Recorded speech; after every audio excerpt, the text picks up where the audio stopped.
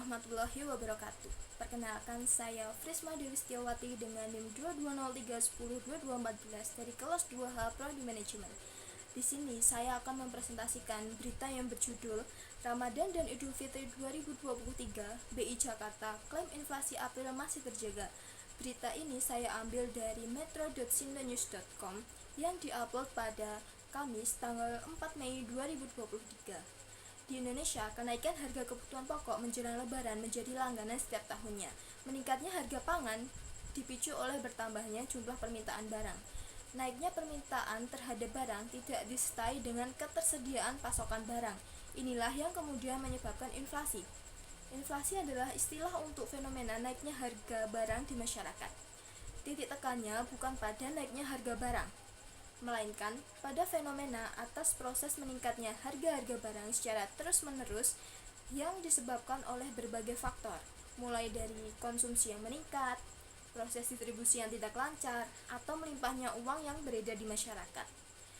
Bank Indonesia, perwakilan Jakarta, mengklaim inflasi tetap terjaga, meskipun mengalami kenaikan seiring perputaran uang sejak Ramadan dan Idul Fitri 2023, tapi inflasi masih di bawah nasional.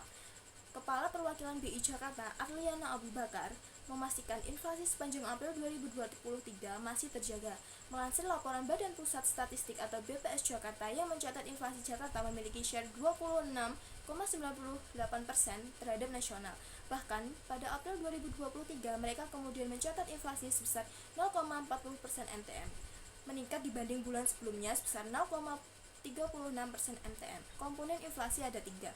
Yang pertama, inflasi inti, yaitu komponen inflasi yang cenderung menetap dipengaruhi oleh faktor interaksi permintaan dan penawaran, lingkungan eksternal seperti nilai tukar, harga komoditi internasional, dan inflasi mitra dagang serta ekspektasi inflasi dari pedagang dan konsumen. Yang kedua, inflasi volatile food, yaitu inflasi yang didominan dipengaruhi oleh shock atau kejutan dalam kelompok bahan makanan seperti panen, gangguan alam, atau faktor perkembangan harga komoditas pangan domestik maupun perkembangan harga komoditas pangan internasional. Yang ketiga, inflasi yang diatur oleh pemerintah, yaitu inflasi yang dominan dipengaruhi oleh shock atau kejutan berupa kebijakan harga pemerintah seperti harga BBM bersubsidi, tarif listrik, dan tarif angkutan umum. Penyebab inflasi bulan April. Yang pertama, kenaikan harga kebutuhan pokok mulai dari makanan, minuman, dan tembakau. BPS mencatat mengalami kenaikan sebesar 0,52% MTM sehingga menyumbang 0,12% terhadap inflasi Jakarta. Yang kedua, transportasi. Inflasi terjadi sebesar 0,76% MTM sehingga memberi andil 0,09% terhadap inflasi Jakarta.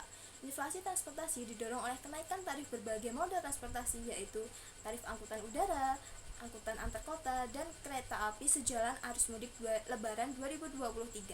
Yang ketiga, kelompok perawatan pribadi dan jasa lainnya. Kelompok ini mengalami peningkatan inflasi sehingga menyumbang 0,06% terhadap inflasi Jakarta yang utamanya didorong oleh kenaikan harga emas dan perhiasan. Langkah pengendalian inflasi.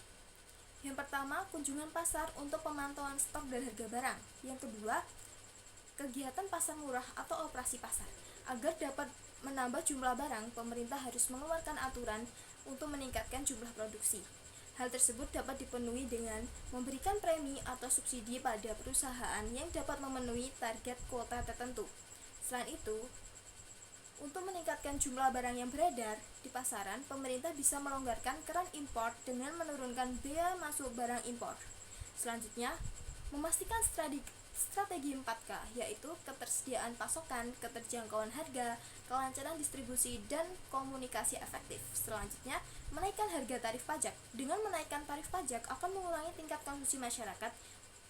Pengurangan tingkat konsumsi tersebut akan berpengaruh terhadap menurunnya harga suatu barang. Selanjutnya, meningkatkan nilai suku bunga. Dengan meningkatkan nilai suku bunga, masyarakat akan semakin terdorong untuk menabung. Dengan demikian, dapat diharapkan jumlah uang yang beredar di masyarakat dapat berkurang dan nilai inflasi bisa ditekan lebih baik lagi. Penetapan harga maksimum untuk menghindari adanya pasar gelap.